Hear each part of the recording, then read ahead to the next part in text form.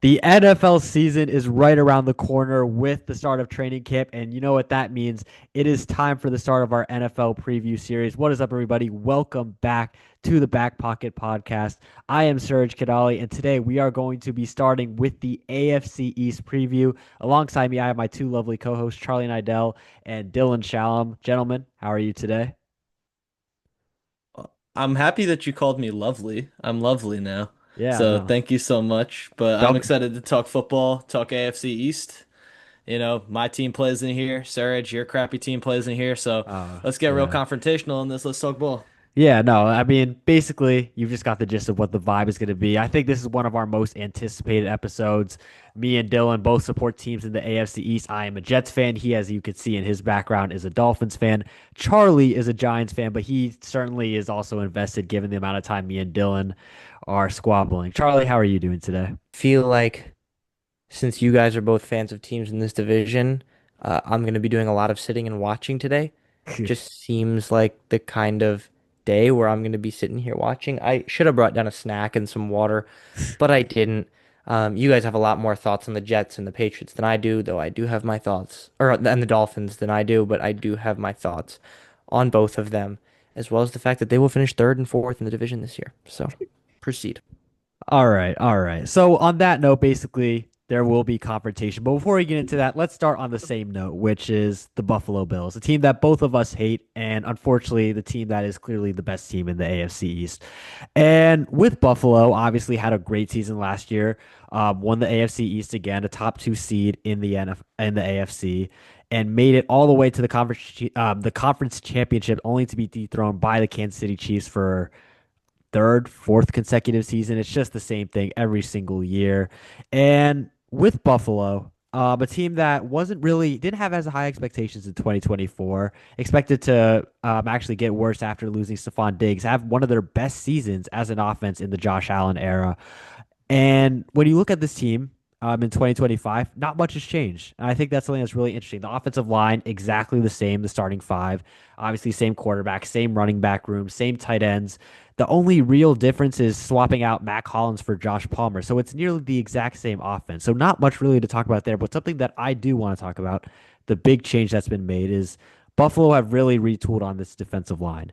I think that is really the storyline for me of this offseason. They bring in Joey Bosa from the Chargers. They draft TJ Sanders. They sign Larry Ogunjobi and Michael Hoyt, both who are suspended to start the season. But it seems like they're going on that Eagles method where they're trying to put all their resources into a defensive line that can hopefully finally put pressure on Patrick Mahomes and finally bring them to a Super Bowl. So I just want to ask, I'll start with you, Dylan. What do you think about this defensive line retooling? I think that generally they've done the right things to just continue what their trajectory is. And don't get me wrong, I don't like this team at all. I hate them with every fiber of my being, but you can't help but admire how well they've continuously run their organization from top to bottom. They have done very little wrong in the last couple of seasons. Now, I don't think that Joey Bosa is necessarily a game changer anymore, but I do think he's someone that's going to come in and play solid minutes and get solid sack numbers for a defensive line that's not going to be reliant on him. You talked about Hoot and some other guys that they brought in. I think that these are good moves that Buffalo just continue to make year in, year out, and shows why they're the force in this division. Yeah, no, Yeah, absolutely. I mean, Joey Bosa is on clear downward trend in his career. He's not the player that he was. His sack numbers were at a career low for a season in which he played over half the games. He had more sacks 2 years ago in 9 games than he did this most recent year in 14. And other than that, I think that it's not such a big deal. The Bills aren't a team right now that's building for the regular season. They're building for the playoffs because they've yet to capture that elusive ring. Uh, that being said, of the 8 divisions in the NFL, this is the one that I would be most confident in the winner of the division because I don't see a world Really? where the Mm. Bills lose this division right now. I just don't. And that's not to say that it's not possible because I do think that all 8 divisions can always get close. There are always shocks that happen, but the Bills have shown in the last few years with a, you know, poor defense with poor receivers, running game that's not great, offensive line that's not great, depends on the year. They can still win this division and do it pretty comfortably. So I think that did the Bills do enough to go win a Super Bowl? Probably not. Did they do enough to keep themselves on top of the division? Definitely. No, I unfortunately agree with you, honestly. I just That's think curious. there are I don't think I three. agree. I I think all three of these teams, all four of these teams in this division have a chance to make the playoffs, a solid chance at that. But what I will Yeah. say is just Buffalo have always been a a tier above the rest the past few years in the Josh Allen era since he's become that MVP level player.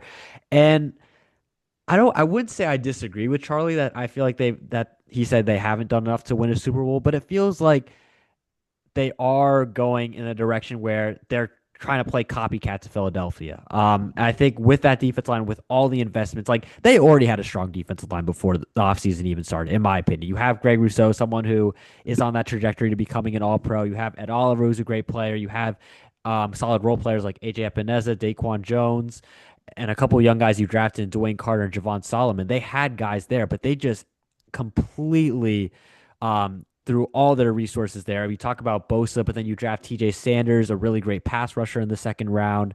Ogunjobi is your run stuffer. Hoyt is someone who's a good run stuffing edge as well. And then you, on top of that, you draft Deion Walker, one of the anomalies of the draft in terms of his size. He's like 6'7", 320 pounds, something like that.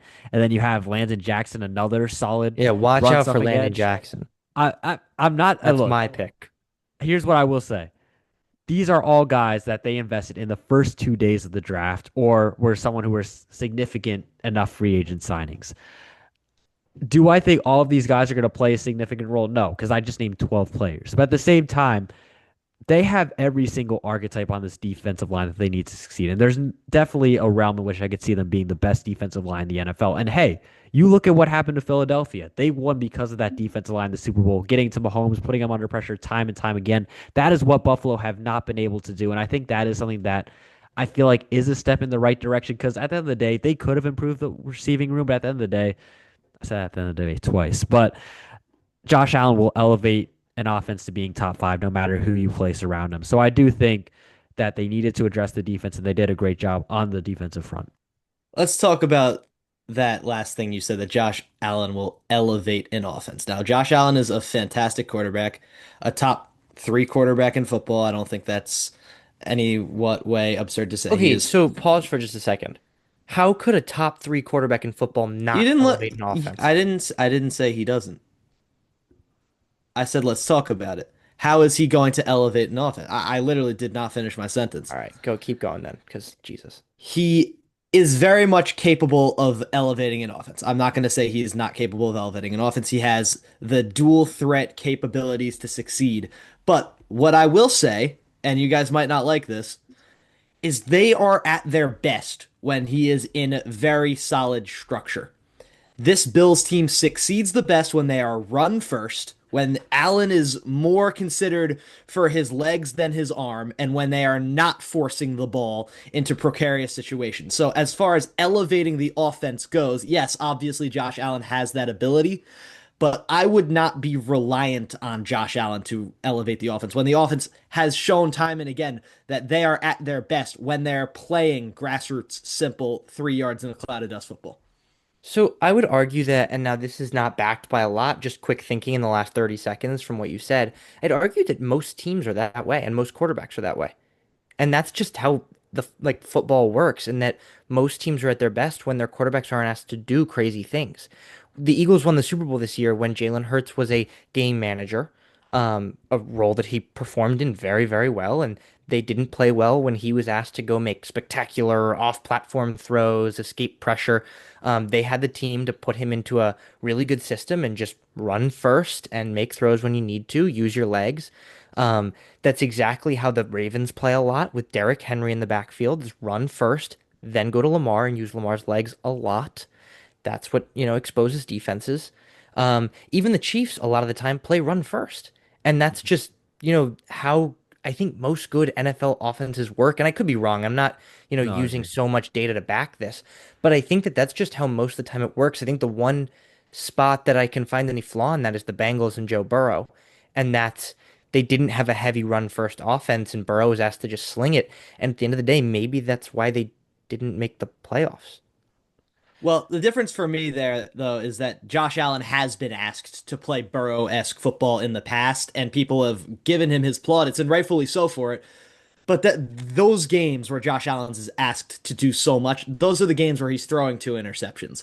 And those are the games where he's giving the ball away in difficult positions. He's someone that we have seen over the course of his career is undoubtedly a phenomenal quarterback, but he's also someone that when given the freedom to play the way that he wants to play, he will make mistakes. There's quarterbacks like Yes. Mahomes, and there's quarterbacks like, to a lesser degree, Lamar Jackson, to a lesser degree, Joe Burrow, that they are much more mistake free in the way that they freelance. I think Josh Allen is someone that when he takes risks, he makes really, really stupid mistakes. I mean, but that is one of the things that's been so impressive about Josh Allen throughout his career is that level of making mistakes has dropped significantly. When Josh Mhm. Allen came into the league as a rookie, there was a ton of hero ball being played and a ton of interceptions being thrown, but he only threw 6 interceptions this year. Well, And that's that's due to the diluted structure of the offense, though. but that's all-star numbers. That's not just like, oh, this game he decided to start, making hero passes and he ended up throwing 3 picks in this game. He only threw 2 interceptions in one game all season, and that game he still went for 330 all-purpose yards. So at the end of the day, whether they're having him play in a structure, out of the structure, he's cutting down the mistakes and he still has to play a little bit of hero ball sometimes. All quarterbacks do. Yeah, no, Yeah. I mean, honestly, I agree with both of you guys. I think when you look at Josh Allen, I agree. I think he is in one of the best structures in the NFL. I think the Bills aren't given enough credit for what they've done to build around Josh Allen. Sure, he doesn't have the best receiving core, but when I mean Josh Allen can elevate, that's what I mean. I think they understand that no matter who you put at receiver, as long as they're NFL quality receivers, of course, Josh Allen will be able to build an elite rapport with all of those guys. Where I think the Bills have absolutely thrived and where they've made it almost impossible to stop this offense is where, like you said, they've built one of the best run games in the NFL with that three-headed monster of James Cook, Ray Davis, and Ty Johnson. And then you have one of the best offensive lines where Deion Dawkins has played borderline all-pro football. Spencer Brown has been one of the best, one of the most underrated tackles in the NFL, in my opinion. And then you have a solid interior as well with Torrens, David Edwards, Connor McGovern. It's just such a complete group, and it's a group where their identity is bully ball. Their identity is they want to run the football first. But then at the end of the day, not many teams can be out physical Buffalo without Josh Allen. So when you try and compensate for that, and then you have your quote unquote game manager as one of the best quarterbacks in the NFL who can freelance with the best of them. And I agree with Charlie where I think this version of Josh Allen in terms of freelancing is better than any version we've seen throughout his career. I think they're going to be just even more unstoppable just because they have that structure in place combined with Josh Allen is probably one of the best break glass in case of emergency quarterbacks in the NFL. And I don't think that's going to change because they have that same offensive line, same running back room, same play caller. Joe Brady's done a fantastic job there. And I think Josh Allen makes it work with this receiving core, but at the end of the day, the Bills make it so much easier for him with that rest of the offense around him. I Um, mean, we could both sign the Josh Allen has killed me on third and 15 document a multiple like amount of times. It's mhm. his ability to get stuff done outside the numbers and make improvisational throws. Wow, I screwed that one up. Is honestly at this point second to one, and that one is Lamar Jackson. But he has absolutely limited the mistakes outside of those types of plays because you're going to make mistakes on those types of plays. That's always going to happen. But Mhm. I am impressed with the way that he's grown as a quarterback, and I am ashamed to admit it because I'd like to think I'm more toxic than this, but he really has flipped that switch. Yeah. I Yeah, mean, I and I think that's think been the biggest change for him is that, I mean, I don't remember his 6 interceptions from this season, but if I had to guess, you could go watch those back and be like, there's not much more he could have done. That wasn't a stupid throw. It just ended up being intercepted. And that's the type of quarterback that you expect Josh Allen and Mahomes and Lamar and Burrow to be at this point in their careers. yeah, absolutely. And At the end of the day, there's not much really we need to talk about this Bills offense. We know what they are. We know what they will be as long as they're healthy, a top five offense in the NFL. What I want to talk about now before we move on, because this is an entire AFC East podcast, is I want to talk about the secondary because this is something I've been thinking about as I've looked down at their roster. I'm concerned about them because I talked about how well thought they did with their defensive line. I think they've done a really poor job with this secondary because it's been consistently a strength of Buffalo throughout the McDermott Bean era where they had two great safeties in Micah Hyde and Jordan Poyer. You had guys like Tre'Davious White who was balling out, and then you add Rasul Douglas, Christian Benford, guys like that. Teron Johnson, of course. But I just think not only the secondary, but this back seven entirely is either full of guys, young guys that I don't think have shown a lot really to prove that they're a good start in the league, or guys that I feel like are starting to regress. And I'm talking about guys like Matt Milana, who misses half of a season every year, guys like Terrell Bernard, who's coming off an off year, Teron Johnson, even someone who I still thought was a good slot corner, but not that same top five slot corner that we've seen in previous years. I think the secondary is going to be a really big issue for them because I don't think the cornerbacks are as good other than Christian Benford as they've been in previous years. And I just think Taylor Rapp and Cole Bishop is a safety tandem that can absolutely get exploited against explosive offenses. Yeah, look, I could be wrong here, but I don't think it's that bad. It's not good. The Bills actually came in on PFF ranked third in secondary rating last year amongst their three corners, who all played really, really well. Of course, they battled with so many injuries in their secondary. Over the last 2 or 3 years, they've battled with a ton of injuries. Uh, One guy I really, really like is Maxwell Hairston. Bring in a rookie like that who uh, was a day one pick, pick number 30, and he is good. Maxwell Hairston is really, really good, and I expect him to be good for the Bills this season. They've also still got Tre'Davious White rostered. I don't know what the hell is going on with him. I mean, clearly isn't the player that he was a few seasons ago, but he's still on the roster, and players come back from that kind of thing all the time. You still have Teron Johnson, you still have Christian Benford, and Rapp, Bishop, Hamlin. It's not a great safety core, but I don't think that this secondary is bad enough to tank the Bills season or to really affect them in any major way. Well, once it gets to deep playoff time, that's when we're really going to see Yes. what they're made out of. I would like to highlight before I talk about what I think their weakness is, which I'll just say right now, the safety core is the weakness in this team. But Christian Benford, in my opinion, last year was the best corner the Bills have had in this era. Better than any season of Tre'Davious White, Yep, better than I agree. any season of Teron Johnson. That was an all-pro level season from Christian Benford, and I expect him to carry that form into this year. The only thing that really I have to say, other than his jersey number, is sometimes the open field tackling could be a little bit iffy with him. But this is a guy who is shut down, a guy that, when he does get the wrap up, is fierce with it, and someone who has really good ball skills. This is a secondary in general that I still think is really one of the better units in the league. It's just that safety core of Bishop and Rapp that it does need work. And this is a team that could get beat on that deep ball. And when you have quarterbacks in your conference and even in your division that could hit those seams and that could hit those deep balls, we're looking at a Drake May who has arm talent out the wazoo. We have an AFC East opponent in Miami who have speedy receivers and Tua Tagovailoa who is very accurate in the deep ball. And then you even have Justin Fields who, for all of his faults, he's someone who can throw a deep ball.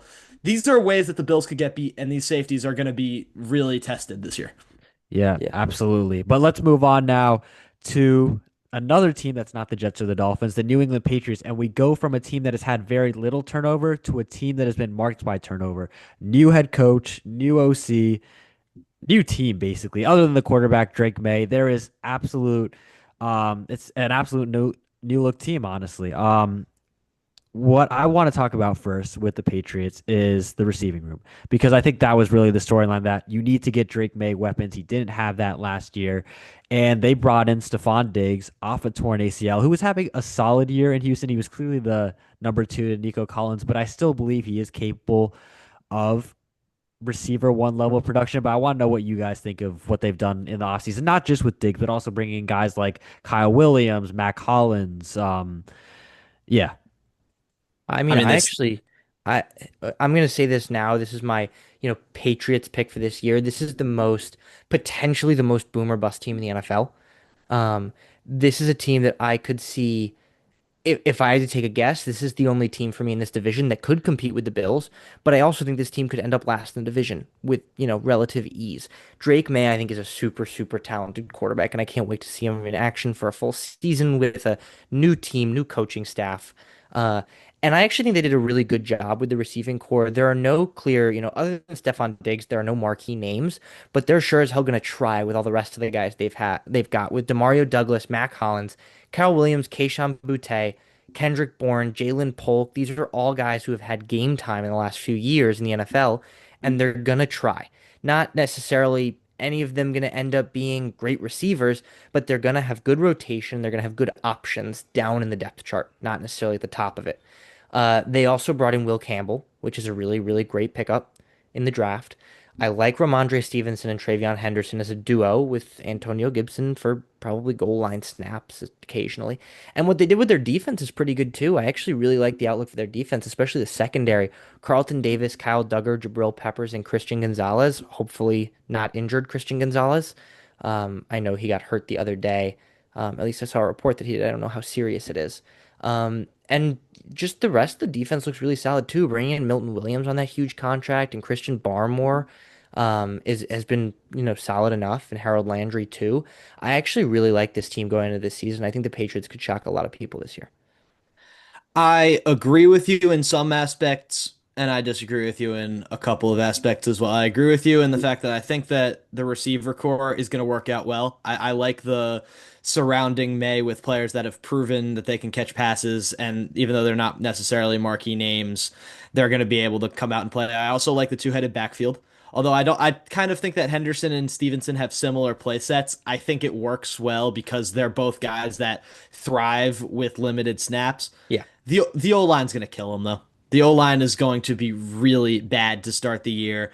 You look at the interior, which I tend to like Cole Strange. I don't have any beef with Mike Onwenu, but I also don't think he's quite what he was in the last couple of years. I don't think Garrett Bradbury is a particularly good pass protector as a center. Not that that's exactly what you need from him, but I think their pass protection from the interior is going to be pretty weak. And then those tackle positions, Morgan Moses, to his credit, has done some good things with New York, but this is an aging Morgan Moses we're talking about, who is expected to anchor an offensive line with another tackle across from him that is a rookie who is very developmental, who's not someone who's going to step into the league and be good from the jump. I think Will Campbell was the right pick for the future. I don't think he's going to have a good year this year.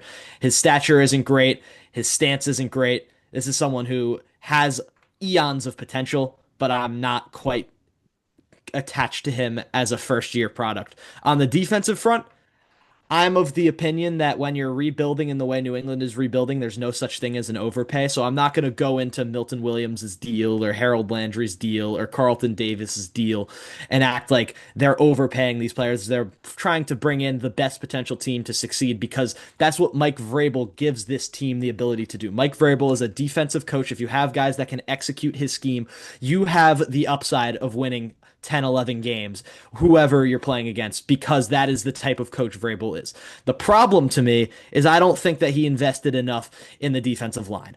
I like Milton Williams and I like Christian Barmore. The edges, I'm not convinced by. Harold Landry, nothing to me. Christian Ellis, Robert Spillane as sub linebackers, middle linebackers, Anthony Jennings, Clavon Chason. These are names that mean nothing to me, and I think they're going to have a hard time getting to the quarterback. The run defense should be good, but I'm not too moved by the defensive line.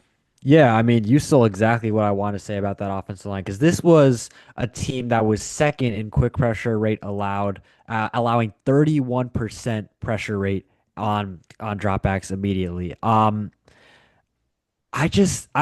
Will Campbell was someone that I did like going into this draft, but I liked him as a guard. And I think you're already seeing during training camp where there's reports that Kayvon Chason is really having his way with him over early on in training camp. It's a little bit concerning, and I agree with you that I think he will be a good professional, but I don't know if he's going to be there right away.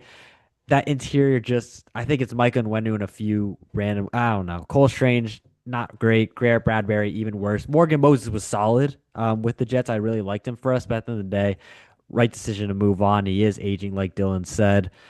Not a huge fan of the offensive line. I think it's just best case scenario. It's average. Worst case scenario, I think they're back again with the bottom of the league.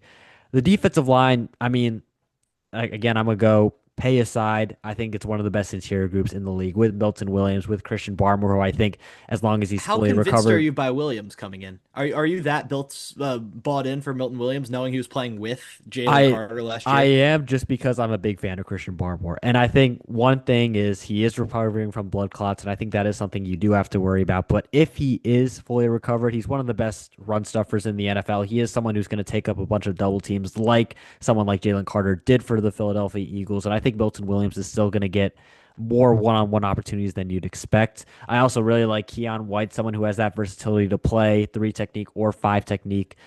Um, I wasn't a big fan of what they did with the edge room. I liked the draft pick of Braden Swinson, but that was someone who I don't expect really to start. And I He's think not he'll going be to more of jump in a right away. he'll be a situational pass rusher. Harold Landry, solid player with Vrabel. I know the connection is probably why they went there, but I think there were so many better edge rushers and so much, honestly, so much better value to be had really there. And I think it was a bit of an overpay. I lied. I did mention the pay. I actually like Chase on. I think he had a solid year with the Raiders. After kind of being labeled as a bust with Jacksonville, he was a solid opposite piece to Max Crosby, but I think he could be a solid rotational piece there as well. And we've seen him do well in training camp so far, but obviously nothing special. I wasn't a fan of the Carlton Davis deal. I was not a fan of that at all. I don't think giving a cornerback a 3 year, $60 million deal who's almost on the wrong side of 30 when you have Christian Gonzalez, I think they could have approached that with a bit more kind of they could have gone a bit cheaper there. It's also a very good cornerback class, and I'm surprised they didn't really invest in that either. Um, I like Jabril Peppers still at his age. I still like Kyle Duggar, but I think that secondary, that cornerback room is a bit iffy for me outside of Christian Gonzalez, at least not even this year, but maybe in a few years in the past. Overall, what I'm saying about this team is they're an improvement. They're a big improvement from last year, but there's an improvement from really bad to mid. And I feel like they've spent way too much for that to be the improvement. I mean, obviously, it's important to put the right pieces around Drake May and at least give him a chance to succeed, which I think they have, but I feel like this free agency window left a lot to be desired for them.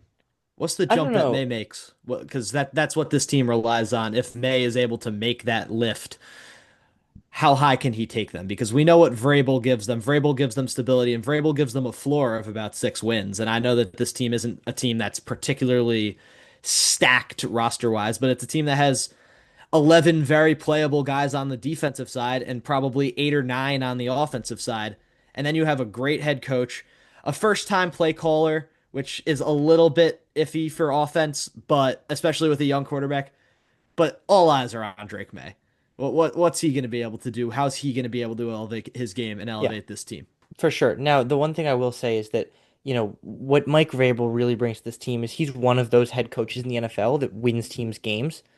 Uh, most or a good amount of the head coaches that do that are offensive minds. Vrabel's a defensive mind. When you look at the Tennessee Titans defense from what was it, 2021 when they went to the conference championship, um, Mm. it wasn't such a talented defense.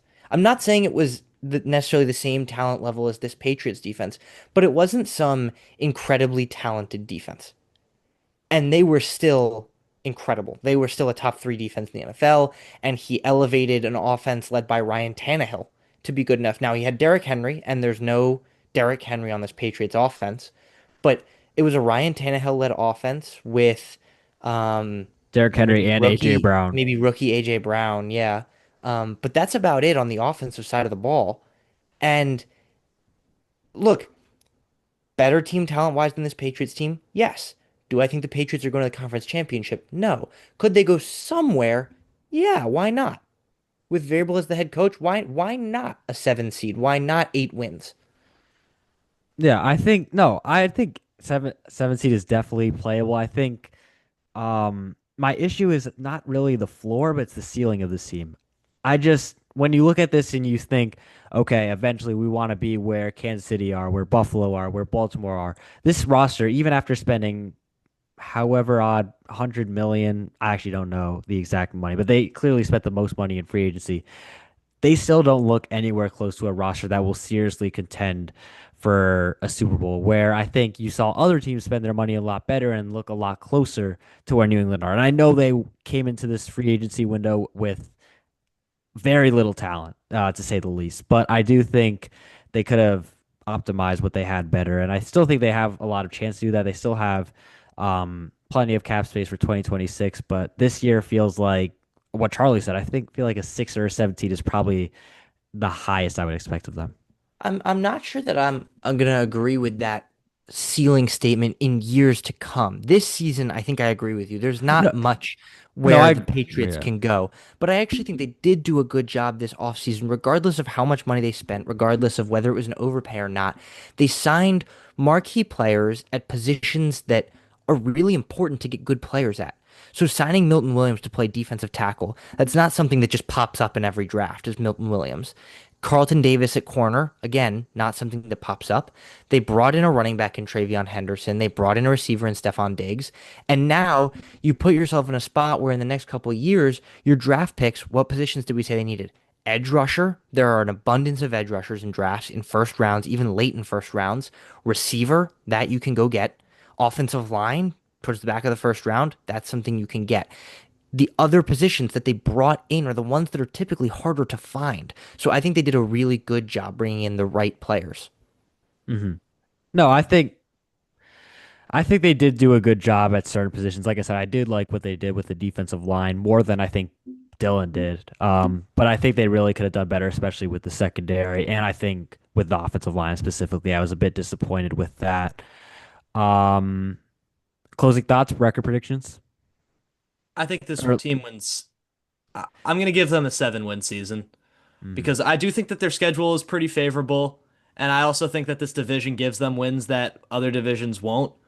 But at the same time, it's still a little bit too raw and inexperienced. And I think that offensive line and lack of depth on the defensive side of the ball might eat them alive. Mhm. Yeah, I'm gonna agree. I'm gonna go right around 7. I think it's anywhere between yeah, probably 6 and 8, 6 and 9. I'm gonna go with 7. I think that's my number. Mhm. And now let's move on. I don't think I really even want to talk about this with you guys. The New York Jets, my favorite team. Um, I definitely don't want to pass the baton to Dylan because I feel like he's gonna have nothing positive to say. But obviously, the biggest storyline for my New York Jets are the messy breakup between the Jets and Aaron Rodgers, and now the subsequent new quarterback Justin Fields being entered into an offense that's going to be very different to what we saw with the Jets. Obviously, it was very pass heavy. We talked earlier about the Bills and why, even though they had one of the best quarterbacks in the NFL, they succeeded from being so run heavy. The Jets do not have one. The Jets last year did not have one of the best quarterbacks in the NFL, and they were one of the teams that passed the ball the most, which really didn't make much sense. That is definitely going to change. Justin Fields, one of the best running quarterbacks in the NFL. An offense that has multiple good running backs. Brees Hall, obviously, one of the better, not one of the better running backs in the NFL, but someone who definitely has the capability to be one of the better running backs in the NFL. Braylon Allen had a solid rookie year, as so did Isaiah Davis. So I think what you're going to see is um, a team that emphasizes running the ball, basically. So I'm gonna go to Charlie first this time. Charlie, what do you think about specifically replacing Aaron Rodgers with Justin Fields for this Jets offense? I mean it's an upgrade. Mm. Uh, a really bad one. Um, I don't like to be this harsh when it comes to a team like this. That's like really doing, I think, a solid job in most departments except quarterback. The floor is here. The ceiling is here. This is 7 wins. There's no way above that. This team is not going to win games under Justin Fields. It's not going to happen. And I'm sorry, you can disagree with me all you want. It's maybe a hot take, maybe not. But Justin Fields as a quarterback not only is not that good himself, but he actually makes the teams around him worse, which is the exact opposite thing you want from a quarterback. No running back has ever rushed for 1,000 yards with Justin Fields as their quarterback. No receiver has ever had super successful seasons with Justin Fields as their quarterback. And Justin Fields himself has never had a very successful season. I'm sorry. I'm sorry to cut you off. You're aware that Justin Fields played for the Bears, right? Yep. Like he had half of David Montgomery and a part of DJ Moore, who had a and career year with Justin Fields. I don't know. You're I feel aware that DJ Moore is coming from the Panthers, right? yeah, no, sure, but I'm just not. I'm not moved by Justin Fields' stats in any way. I'm not moved by anything that Justin Fields has done other than just like the profile of quarterback that he is, which is a game changer. He has the ability within games to change games for better or for worse. And I think for a team like the Jets, that does serve their benefit because this isn't a team with a multitude of talent on the offensive front. You look at Brees Hall and Garrett Wilson, those are the guys. You look at the offensive line, I like the offensive line generally. I think AVT's great. I think Membo has a lot of potential going forward. I think Fashanu has a lot of potential going forward. But I don't know what we're going to get from them right away. Fashanu was great last year at some points, but now you're looking at him to be a lead blocker for a Justin Fields oriented running game. I don't know how that's going to collide. I also don't know how the new play calling is going to work because you can expect them to go out and play a little bit better on the offensive front than they did last year when they had Nathaniel Hackett and Todd Downing at the helm. But when you have a quarterback like Justin Fields, and Charlie, here's where I will agree with you, a quarterback that provides you very, very, very little in terms of a floor, you cannot trust him to run a surface level offense because the bottom might come out and the floor might sink and MetLife might just go down into the swamp of the Meadowlands. I just don't know if you have a first year coordinator that's really not getting it right with Fields, how long you can roll with him when you have a guy like Tyrod as the backup quarterback. I'm not saying that's something that's going to happen, but it could get really ugly really quick. And that's just as far as the offense goes, but I'll let you guys go back. Yeah, Here's what I will say. I don't know how hot of a take this is going to be to you guys. I think purely as a passer, Fields is a good quarterback. He is a good quarterback at passing the ball. What I will say, no, no, but what I will say is his biggest issue and an issue that has never been resolved, and honestly, an issue I don't expect to be resolved with the Jets, which will um, honestly handicaps his overall ability as a quarterback is his pocket presence. It is something that's just been a constant theme throughout his career. And people have said, oh, well, the Bears have had at offensive lines. Oh, the Steelers' offensive line isn't that great. I agree to a certain extent. But at the same time, Justin Fields is probably one of the worst quarterbacks in the league at managing pressure and one of the worst quarterbacks at being able to get the ball out on time, specifically being able to sense the pressure, when to go, when to throw the ball, basically. And I think we've seen during training camp early on where that's also been an issue where we've seen Will McDonald get there a couple times. We've seen um, the pass rush overall, even if it's not winning right away, they're still being able to get to the quarterback because Fields is so hesitant to throw the ball sometimes. And that's an issue, obviously, where you have a receiving room where they're not going to get open quickly all the time. Garrett Wilson is one of the best separators in the NFL, but outside of that, it's a rotating cast at wide receiver too. Some weeks it'll be Alan Lazard, some weeks it'll be Josh Reynolds, some weeks it'll be Brees Hall, some weeks it'll be Tyler Johnson, Mason Taylor, whoever. Definitely a rotating cast, and I think that's something that I don't think plays into his advantage. What I think does play to his advantage, though, is this offensive line, and it's going to be a road grading offensive line, and it's going to be an offensive line that is going to be focused on running the ball. I think Membu is someone who I think he has the mobility and the power to run outside zone, which I expect to be utilized a lot in the Tanner Eggstrand offense. Olu isn't as good of a run blocker, but he has the traits, he has the power as well to run that kind of offense in general. This is an offense that's going to ask Justin Fields to drop back maybe 20 times, probably have him run the ball 5 times. Brees Hall will probably run 20 times. Braylon Allen and Isaiah Davis probably 15 times. It is going to be, we want to run the ball through your face offense, kind of like we see in Detroit at times, but on steroids, basically. Yeah, so I hate to feel like I'm bursting a bubble here, but I just feel like I've seen this movie before with Justin Fields. And gonna make this comparison and say what you want, but he just screams Daniel Jones to me. It's a quarterback who is better with his legs than his arm, doesn't throw the ball particularly efficiently, and can't operate an NFL level offense. That's Justin Fields. Look, Daniel Jones could make some throws. It wasn't the worst, when he actually had time and space, he could make decent throws. And of course, that's the NFL quarterback standard. But the Giants' offensive playbook was so restricted because he was the quarterback that it wasn't possible to score points and win games. And if you're saying, look, the Jets are just gonna run the ball, whatever you just said, 40 times, 45 times per game, like Mm. that's great.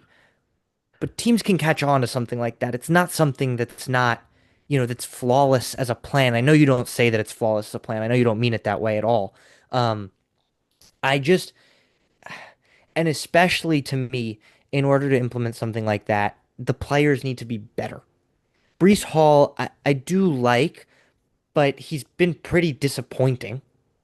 I think, we can all agree Brees Hall has not been what we thought he could be after his rookie season.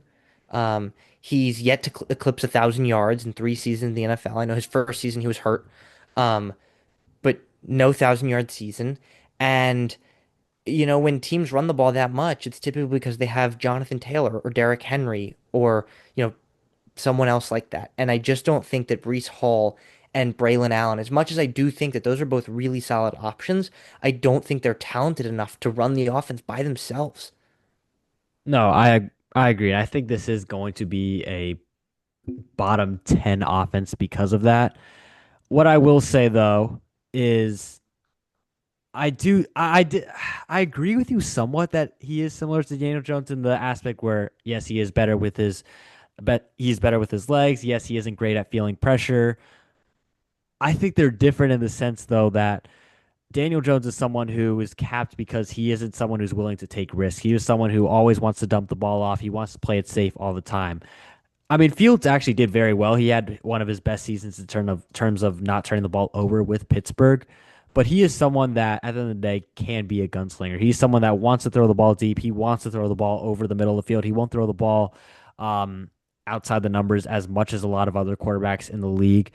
And I think that's something that, again, like you said, very boom or bust in this offense. So, Yeah, that's what I wanted to get to though, because you're saying this, like I know you're saying it, you're spinning it as a positive that he does have the mental capacity to decide to do that. Do you want him to do that? No. You no, don't you and that's why you he's don't gonna. want him to. I mean, at the end of the day, like I said, it's gonna be those 20 passes that it's gonna be a very limited attempts, honestly, for him to throw the football. But I think in those attempts, it's gonna be a lot of explosives relative to the other quarterbacks and how often they throw the ball deep.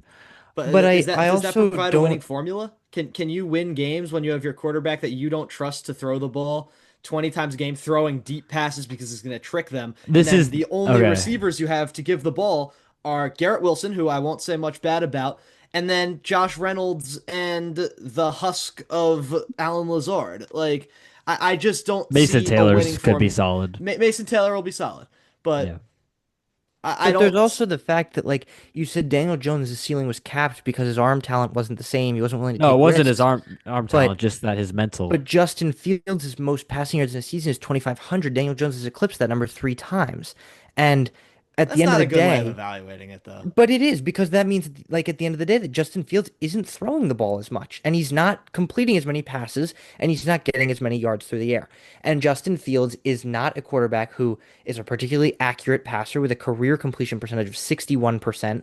I know he was throwing to receivers in Chicago, but like, come on. It's not that much different than it is in New York if you think about it, though. Right. And Daniel Jones's Mhm. career completion percentage is a full 3% higher.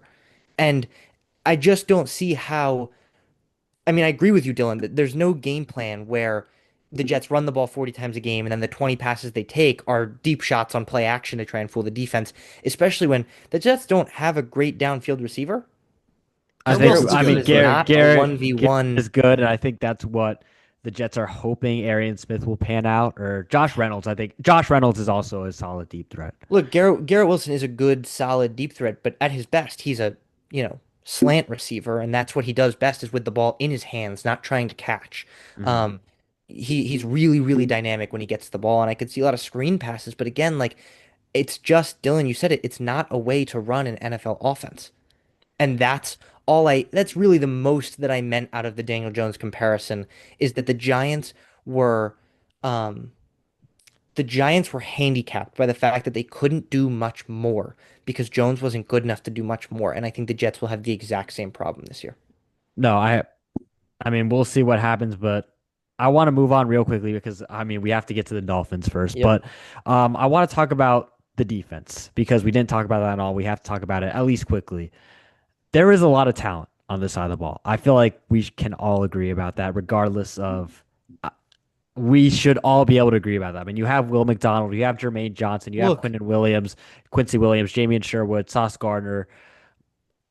It is a group with plenty of talent, a lot of potential, and a new head coach, Aaron Glenn, who is, I feel like, was one of the best defensive coordinators in the NFL. Someone who made the most of talent when, even when they had almost all of their team on IR, still managed to put up great defensive performance against the Vikings and against the Bears down the stretch. So I think this is a defense that realistically, even if there are some notable holes, I would say interior defensive line is a big one. This is a defense that definitely has the potential to be top 10. I've got a question for you before we really dive into this. Do you think Aaron Glenn is a better defensive leader than Robert Saleh? What do you mean by defensive leader? Are you talking about like Defensive play caller, defensive leader. Do you think the defense that Aaron Glenn calls is better than the defense that Robert Saleh calls? I'm going to cheat a little bit. I think that for this defense, a defense that does have holes that need to be masked, Aaron Glenn is a better play caller for this type of defense than a Robert Saleh defense. If you gave Aaron Glenn the defense 2 years ago, I would say Robert Saleh, I would take over him So in a you heartbeat. trust Glenn to mask the flaws better than you would trust Saleh to Well, mask the that flaws. I think we have the evidence of that last year with Detroit when they were in that injury crisis. I think Aaron Glenn, this isn't an injury crisis, but this is a team that realistically has, I would say, one big hole that they need to mask, and I would say is that Three. depth on the defensive line. Where do you see? Where do you think is the hole? I think interior defensive line, 100%. I think the Yeah, safeties, 100%. And I think that second boundary corner, 100%. Those are three flaws that if you want to be a winning football team that is based around your defense, you can't have those three holes. I would Like say, I you would can say you here's could what argue that Cisco and Adams are good safeties, but if you want to win games with your defense being the force, you have to have at least one of those spots filled up. And I don't think that that's a well, winning. they I also I do not have a top tier edge rusher. I would So argue while Will McDonald is going I to think jump. I Will Will don't see it McDonald McDonald. can as a make that whole, jump. but we can argue that he will make the jump, but he's not one right now. Sure, Okay. but I And mean, we're looking at it going and into this year that I figure that that either is him or not a big Jermaine hole. Jermaine Johnson, Johnson's also hurt right now, if I'm not he's fine. mistaken. He will be back for the start of the Okay. season. But yes, Dylan, I agree with you that safeties is an issue. It could turn into a non-factor because I do think Malachi Moore is a really talented player. Um, if he pans out really well in his rookie season, it could be less of a problem. And Hmm. shout out to Andre Cisco, Syracuse safety, but not that good. And yeah, Brandon Stevens or whoever ends up Azariah Thomas playing that second corner spot is not good. It puts a lot of pressure, not only on the second corner spot, but a lot of pressure on Sauce, who I think Sauce is one of the best corners in the NFL. But with that kind of pressure on him, teams won't have to throw at him. And then the few times a game when they do, it's not such a big problem. Yeah. Um, I don't think the interior defensive line is that big of an issue. I'm not sure why that seems to be a huge issue, but Derek Nottie, It's gonna Byron Cowart. be I'm not moved by that. yeah. I'm a bit worried about that. but I that's do the hope Leonard. depth. Yeah, but one I of mean, those guys is gonna be starting probably. It it's a forces. 4-3. I think when Quinnen is off the field, which he's not gonna play 100% of the snaps, it's gonna look really rough. No, But that's fair. I guess I've seen that in the years yeah. past with Dexter Lawrence. Like when he's on the field, it's incredible, but he does have to take snaps off, and the depth does come to play. And teams always run the ball against the Giants when he's not on the field. So Exactly. About the safeties, I'm just wrap this up real quick before because we do have to go into the Dolphins. I understand it. I understand it for sure. I think Cisco is going to be a solid player here. He was a solid player in Jacksonville for the most part until his final year, where he did take a little bit of a drop. I think Aaron Glenn is someone who is known to get the best out of safeties. I'm comfortable that he will do it with him. Malachi Moore, I like him. I like him. I think he is someone that really brings that physicality that, once again, we saw with Glenn's defense in Detroit a lot. Obviously, not close to as talented as Brian Branch necessarily, but he does kind of have that same demeanor with him, where he's someone that wants to fly around all over the field. He's a hit for safety. He isn't someone that's going to be a ball hawk necessarily, but he is someone that certainly wants to fly around the back end. Tony Adams, another guy who is a bit underrated. He is, some people think he's bad. I don't really know why. He's an okay starting safety. And that's honestly the point that I'm trying to make. This isn't a great safety room. I'm definitely not going to argue that, but I don't think it's a bad one either. And it's certainly one that you can survive with if your corners are really good, which brings me into my final point. This defense also hinges on how good Brandon Stevens is, because this is someone who had a very good year in Baltimore in 2023, where they had Mike McDonald, were one of the best defenses in the league and one of the best defenses in the 2020s, in my opinion.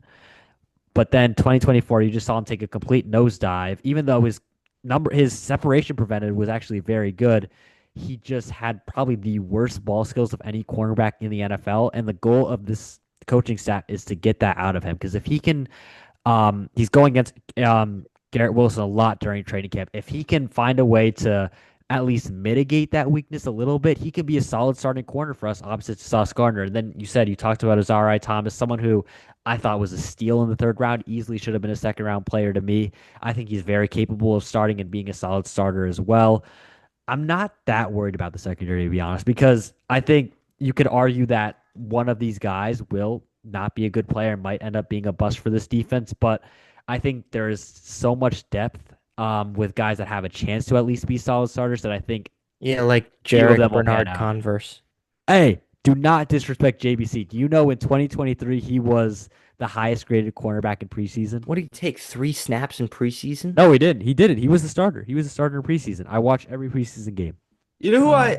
I'm now that we're talking about bottom of the barrel guys. Oh, that's a little bit disrespectful. Hey, No, hey, it's a little bit disrespectful to who I'm about to talk about. Quantez Someone that I figures. no, somebody that I think could go in and fill that defensive tackle spot that I have a lot of hope for in his career is Leonard Taylor. He's someone Yep. that I do think has The that third. jump. Sorry, the third. Someone that has that jump in him. Obviously, don't trust him to go in and stead that ship right away, and especially in a weak room. He's going to battle his way through. He's going to have to, but he's someone that does have that upside. Yeah, no, I think he does absolutely. He's someone who already was a pretty solid pass rusher as a rotational guy under Sala. But I think with Glenn, someone who wants to have that three technique and that one technique, a guy who is really solid at stuffing the run, I think it's going to be a bit hard for him to find opportunities to get on the field early on. And I think he's really going to have to develop that aspect of his game. But he was someone that I really liked coming out of the draft, someone that definitely should not have been a UDFA. And I think with him playing three tech, he's going to be a very good player, but I just don't know how many opportunities he will get in that defense. But Yeah. now let's move on to our final team, the team that I feel like Last and least. we've all been most anticipating, the Miami Dolphins, Dylan's favorite team, and they're a team that's coming off some unfortunate news, and I just want to get into that first. Cater Koo, who did tear his ACL, I believe, ACL or Achilles, and it's a devastating injury for a Miami defense that is, to say the least, weak in the secondary. So, Dylan, I just want to talk about. We'll start with weaknesses because I hate the Dolphins. How worried are you about the secondary, about potentially taking the aspirations of the team this year?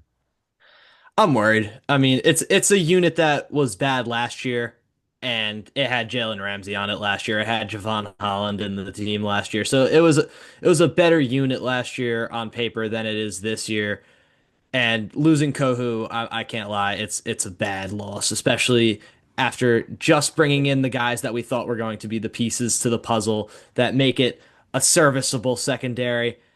I think losing Kohu is going to hurt a lot. Right now, the corners are looking like they're going to be Jack Jones, Mike Hilton, Jason Marshall. Wait, I acro- just realized that ESPN depth chart has Storm Duck as the starting Yep, corner. same. He I will was just not. He like, will Bro, not be. whose name? I've never heard of this You've guy. never heard of What's Storm Duck? I've Storm Duck was Storm Duck? he was really good in college, I but know he's I've definitely heard the name before, but Storm Duck? not That's great name. tough. Great name. He was not good last year though. But Yeah, because his name is Storm Duck. But overall, just to flip the switch on you a little bit, I do think this defense is going to be good regardless of what the secondary puts out because I have a lot of hope for that front three. Spoiler alert, Christian Wilkins is coming home. You've got Kenneth Grant, Zach Sealer, and even if my hopes don't come true, Jordan Phillips fills in at that nose tackle spot, and him and Benito Jones will swap reps. And I think that is a good front three. And then you look at the edge rushers that could be absolutely game changing. You have a Jalen Phillips coming off an injury, but someone who has done well coming off injuries and succeeded and had 10 sack seasons in the past. You have Chop Robinson, who is one of the most explosive outside linebackers, edge rushers in the league. And then you have Bradley Chubb, who has that stable sense and someone who is really good in run defense and someone who can get to the quarterback. I have a lot of high hopes for this edge rushing room. And then the linebacking core was one of the high points of the team last year. And what Anthony Weaver does best is molding them. He took a bunch of guys that were done playing for the Seahawks and ended up making them one of the better linebacking rooms in the league. Jordan Brooks and Tyrell Dodson towards the end of the year were borderline unplayable at the end of the season. They had really, really good games down to the last game, even against the Jets, where the Jets mauled the Dolphins. Tyrell Dodson had one of the best linebacking games I had seen from this team, honestly, in a long time. I have a lot of hope for what this defense can do despite the secondary. Now, the secondary is to keep it blunt, it's going to be bad. It is going to be bad. You have Minka Fitzpatrick coming in, who I like. You have Ify Melifon, who I do hope ends up playing as a slot corner now because I just don't think you can justify playing any of those guys as a slot corner other than him now. Hey, Which hey, you cannot bring up a Syracuse player That's what without I was saying. I represent. didn't. I wanted to see if he'd say Shout it. I wanted out you Ifeatu could Melifonwu, Syracuse legend. Okay, there we go. I think he has to be going in as the slot corner at this point because I don't trust Storm Duck or Jason Marshall or Ethan Bonner to go in and play those slot corner reps, which would then leave Ashton Davis and Minka Fitzpatrick as the safety core. And now, well, I'm not necessarily a Ashton Davis fan. I could say that he's serviceable. So I there's ups and downs in the secondary, and at their best, I think they can play a part in what could be a good defense. At their worst, they can completely tank this team down. Dylan, what I will say is Ashton Davis can maybe be serviceable. If you get what you had from him last year, he will not be serviceable. But what I do want to talk about the Dolphins, and now I'm gonna go back to the Can I? other side of the ball. Yeah, go ahead. I actually just for this defense, I actually think I have a better outlook on this defense than I did this time last year. The secondary itself may be worse, but overall, I mean, they spent a really good pick on Kenneth Grant. I don't remember, Dylan, if that's where you Michigan wanted them legend. to go Yeah, with that, Michigan guy. Um, but I actually really like the front seven they're putting together. Whether or not Christian Wilkins is coming home, I Hmm. can't say that I know anything about that. Um, Are you okay with kissing teammates' heads in the I locker think room? they're used. I think they're used to it. I think that's the type of environment that Mike McDaniel like fostered. That we're all okay with whoever's there. So and really bright part of this defense slash, I guess special teams unit, Joe Cardona as a long snapper, bring him in really big. Been the Patriots' longest. I actually do want to touch on one thing in the special teams, Hold on. unironically. Ryan But Wow. Stonehouse. Ryan Great Stonehouse. signing. Great That's a signing. really good Stonehouse is a punter. stud, but you don't have Stonehouse without Joe Cardona as a long snapper. Okay.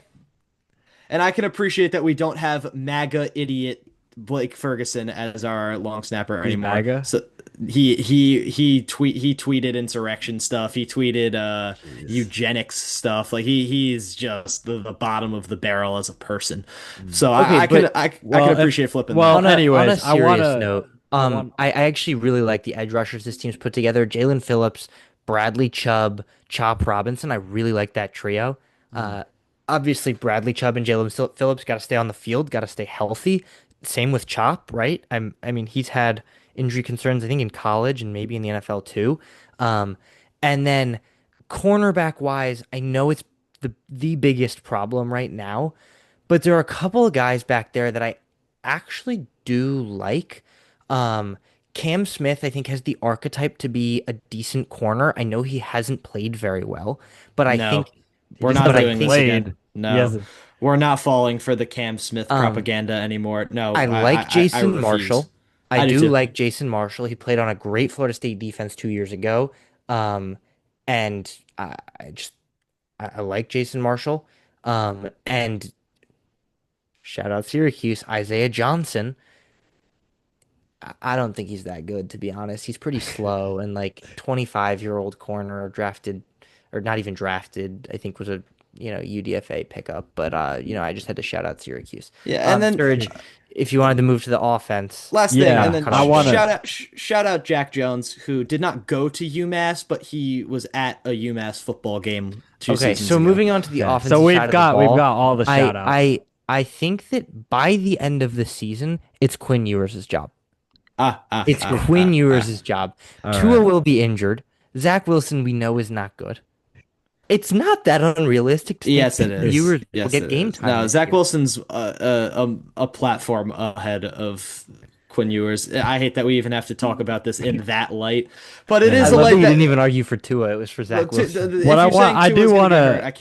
I can't like say anything. In all serious, but here's what I want to talk about now, going into that, because obviously that has been a big concern. We talked about how the Dolphins have really in the past few years, I think Dylan can agree about this. They've been labeled as a team with flash but no substance because they've had the speedy guys, they've had the good secondary, but they haven't had the beef that really wins you games in January. We saw them add that on. Pause. Very mature. But anyway, we saw them add that on defense with Kenneth Grant, with Jordan Phillips, a guy that I really liked, another nose tackle. And we saw them add it on the offensive side of the ball. I think one thing that I think dictates where the Miami Dolphins goes this year is this offensive line because it is completely new look. You have a new starter at left tackle, Patrick Paul, after Teron Armstead retiring. You have James Daniels, who was signed after a torn Achilles. And correct me if I'm wrong, I haven't really been following Dolphins camp as much, but I've heard he's been pretty good during training camp. He has been good. They drafted Jonas Savina, someone who is a guard, one of the most mobile guards in the draft, someone who I feel like is a glove-like fit for Mike McDaniel's scheme that relies so much on athleticism from his guards. And then you have Austin Jackson, who's been injured a lot, and Aaron Brewer, another guy, small but again can move a lot, especially for center. I think this is an offense line that honestly has potential to be a top half unit in the NFL, and something that Tua Tagovailoa has not had in his career. So, Dylan, what do you think about that? Yeah, I'll take it away from there. If this offensive line and when this offensive line gets disbanded by injuries, because it's bound to happen, it always happens to every team in the league, but like especially this team, I'm more impressed by than just bringing in those guys by the ability to actually bring in usable depth. They brought in Brunskill, which I really like as a usable guard as a depth piece. I think that's a huge thing that Miami, whenever something went wrong, they would just revert to Liam Eichenberg. I like that they're getting him as far away as possible. And then Larry Borum, Andrew Meyer, Keon Smith, these are guys that I'm not saying they're good, but they're just like an elevated step from the randos that you'd find on the street for the injured offensive lines that Miami have had in the past. But the offensive line, if it's good, it's good. I'm expecting it to be middle of the pack, which is a huge upgrade from where they've ever been. I don't think Tua's ever played with a top 20 offensive line in his career. So if they're as good as I'm expecting them to be or as average as I'm expecting them to be, I'll take that as a win. But where this team is going to win their games is from that quarterback and wide receiver positions. Tua Tagovailoa, if he's able to stay healthy as a top 10 quarterback in football, if you have Tyreek Hill and Jalen Waddle put together as a wide receiver duo and Tyreek Hill hasn't completely gone off the ship, that's a top three wide receiver duo in football. And that's where this team was able to compete in years past. Now, I have my doubts about Tyreek Hill. I have my doubts about Jalen Waddle filling the shoes of Tyreek Hill. That's where this team is going to need to come together and find out how gone they actually are. And if they are, they are. The team's not going to be good. But I think that Jalen Waddle and Tyreek Hill will find a way to put together another productive season, especially while having Tua Tagovailoa at the helm for hopefully a longer amount of time this season. I'm not expecting him to play every game because I have to be realistic with my expectations. But if he's able to stay on the field for 12 to 15 games this season, this is a playoff team in my opinion. Yeah, I want to So touch on that I'm briefly about damn, Phil, the just about to cut comment. you off, man.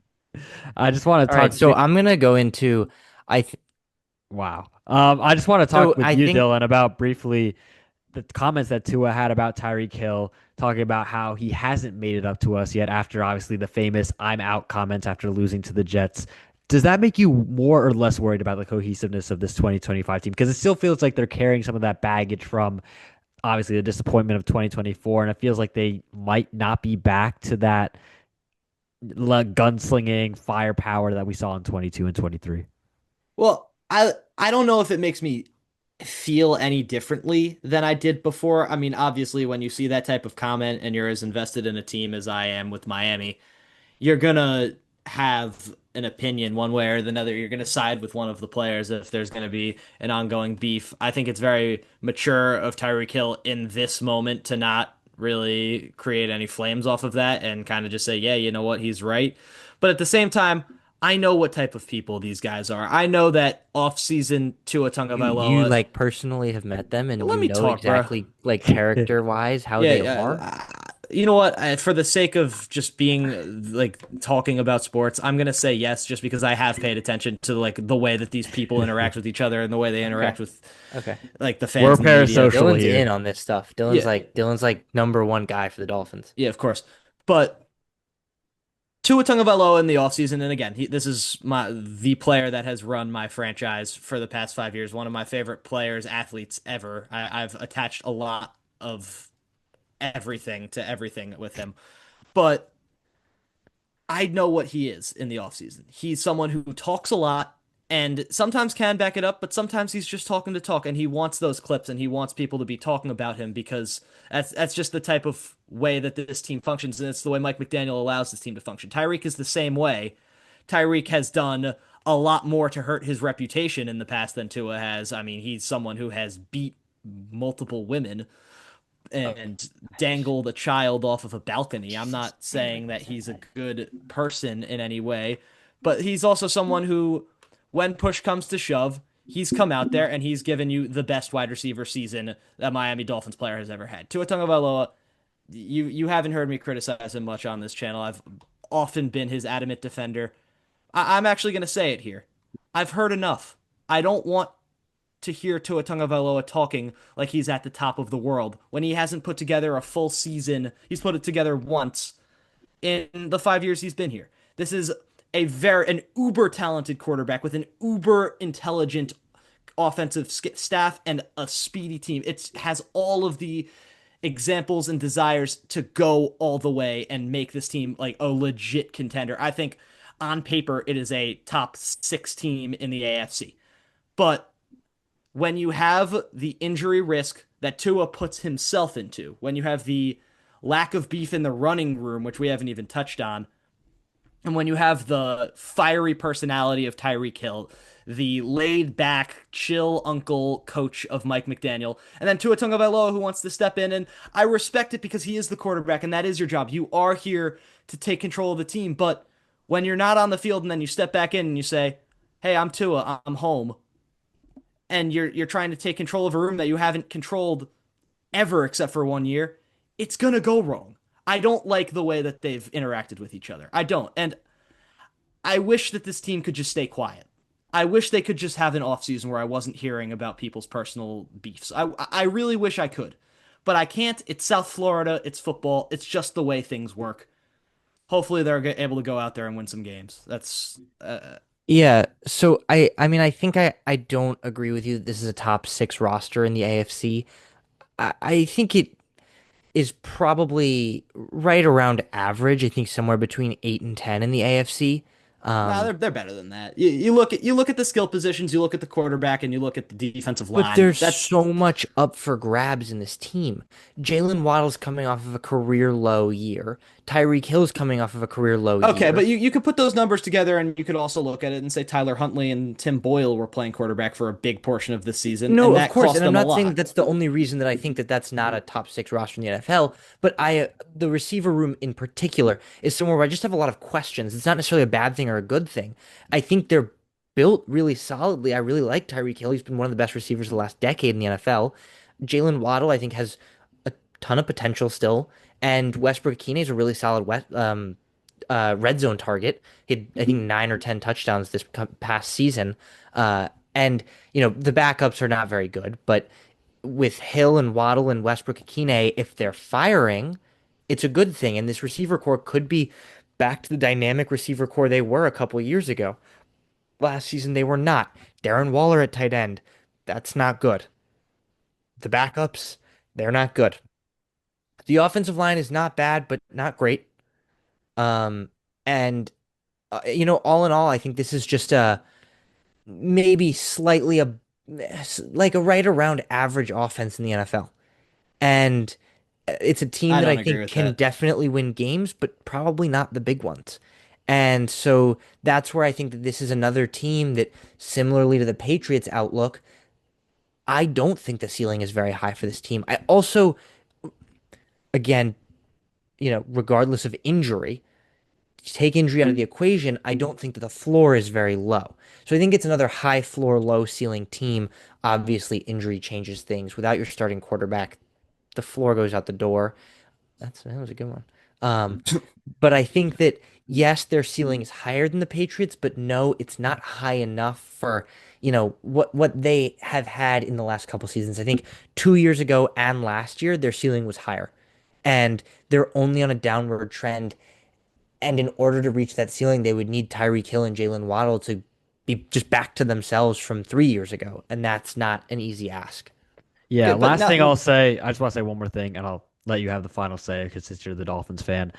Um, I just want about the Dolphins. I feel like with Mike McDaniel, and I feel like this is where the Dolphins really deviate from the rest of the AFC East. They see their offensive line being physical as job done. The rest of the team is reserved for skill players, speed players, like finesse, basically all of that. And I think the issue, I think I want to talk about Darren Waller a little bit because he is their starting tight end as someone who was just retired last year, someone who I think is probably the biggest weakness by a country mile on this team. And that's a team that has probably one of the worst secondaries in the NFL as well. I just think that their approach, even where they've done well to beef up the interior offensive line and they've done a good job to beef up the interior defensive line, they have to do more because they basically see that as job done. We're a physical team now. You have to have a tight end that not only is good at receiving the ball from Tua and playing that kind of game that we saw Johnu Smith play as well, but someone who is capable of being a true wide tight end, someone who is truly capable of blocking for backs that are also not physical, like HN, and basically can exclusively run outside zone because, again, the running backs aren't physical, the tight ends aren't physical, the receivers, which to a lesser extent is still important, are not physical. This is a team that is still, I feel like, too reliant on that speed and finesse track team kind of offense that we've known in the past years. And the difference is now that, yes, they have a better offensive line, but it feels like that culture that Mike McDaniel was that players loved at first, that kind of laid back attitude, like Dylan said, has kind of eroded away. And now I feel like that lack of physicality, that lack of toughness, that lack of culture in general, it has the potential to really rear its ugly head. Now that I've listed my grievances with the way that this team is run, I do want to say that I am overall pretty optimistic about where this team could go because I do feel that if Tua is able to stay in the pocket, stay healthy, and play 17 games of football this season, this is a team that can win 10, 11 games. They have the skill position players to do it. As much as I may dislike the juxtaposition of Achan as a first running back, a tail, what's it called? A cow, what the bell cow. There we go. Yeah, bell cow. Bell cow. I don't know what I was trying to say there. As much as I may dislike that, he is someone who, when the ball is in his hands, you have absolutely no idea what he could do. The offensive line, I think, being this much better on paper is only going to make Tua that much better as a quarterback. Give him the time to actually dive into his reads, not force him to throw to spots as much as he has had to within the last couple of seasons. And we've seen that at his best, he is someone 2 seconds in the pocket, quick throw, and capable of making a lot happen even after the pressure rate has come. He's been able to really improve that side of his game. His arm talent has improved as well. He's someone who's really improved at every step of his career up until last season where he got hurt. But 2023, Tua Tagovailoa, let's not get it twisted. This was an MVP candidate. This was someone who was able to really go out there and compete with the best quarterbacks in football. And while it did die down at the end, you could talk about the defense falling apart. You could talk about bad play calling. You could talk about bad quarterback play from Tua at some points. This was a team that, in that 2023-24 season, was legitimately a contender in every sense of the word. They were really one of those teams going into December. And then it fell apart. But I think they addressed a lot of the things that made it fall apart. and I think it's just a little bit more mature of a group. Barring health and barring implosion, which are two very real things that could happen to this team, I think this is the best wild card team in the AFC, and I'm very optimistic about them going forward. Now, those are two very important things to bar, and it means that it is the best case scenario going forward because it's such a volatile group of people. It's such a laid back coaching staff, and the days are numbered on my Mike McDaniel love train. I still am all for what he's done for this team, but it's I'm counting down because I need to see some return on that. I still think this team is good, and I still think this is the group that's going to win that elusive playoff game in the future coming in. Mhm. Okay, so let's cap this off with record predictions for each of the four teams. Dylan, if you want to start us. I think the Bills go 12-5 this season. Miami goes 10-7. I think New England and the Jets both go 7-10. I think that's how I'm going to predict it. I'm gonna go Buffalo go 13-4. Miami, I think eke out second 9-8. I do think they will be a little bit closer to that 23 iteration than their 24 iteration. And though I think the run game is still going to look very, very good with Chan this year, a lot better because they can run outside zone very well. But they're gonna get punched in the mouth by tougher teams yet again. And for the Jets, 8-9. I think they finish above the Patriots just because I do believe in that defense. I do believe that that run game and offensive line will be able to win them games. And the Patriots, a disappointing season, 7-10. I think Drake May will actually show a lot because we didn't really talk about him a lot. I think he will make a serious run to be the second best quarterback in this division, and he'll have a good year. But I just think the supporting cast around him is just too mediocre, and I think they'll still finish 7-10. All right. And for me, I feel like are a little gonna be a little different than yours here. I, just going bold. I'm gonna have the Bills at 13 wins, the Dolphins at 8, which again, I think that's just me hedging it a little bit in case something bad happens. I do think that they have the potential to win more, but if I had to guess now, I'm gonna put it at 8. Um, the Jets, sorry, Surge. I think this is one of the worst teams in the NFL. And this is a 4-win team for me this season. It sounds really bad, but I think it's just so possible. Oh, I I do understand. think it's possible that they go out and win 6 or 7 or even 8 games and eke a playoff spot. I mean, I don't really see it happening, but I think even 3 wins is still in the realm of possibilities for this team. And then for the Patriots, I'm going to go with 8 wins. Patriots and Dolphins chop that second spot. Not going to matter. Neither one will make the playoffs for me. That's it. Yep. That is it for the video. And thank you guys. If you guys tuned in for the entire 1 hour, 20 minutes, we really appreciate it. This is the first of our 8 episodes of the AFC division previews. We start with the AFC East again. Bear with us. We haven't recorded in a little bit and we apologize for that, but we promise we are going to try and get back on. So, again, really appreciate you guys watching. Make sure to follow us on Instagram, TikTok. Follow our personal accounts. I know Dylan is active on TikTok and he's got, I assume, good contact. I'm not content. I'm not on TikTok, but I'll vouch for it. But Don't again, don't don't don't don't promote my TikTok. I don't want regular people seeing that. But okay. okay. All right. All right. Well, anyway, that's an interesting end to the video. Again, appreciate for watching, and we will see you for the AFC North. Thanks for watching.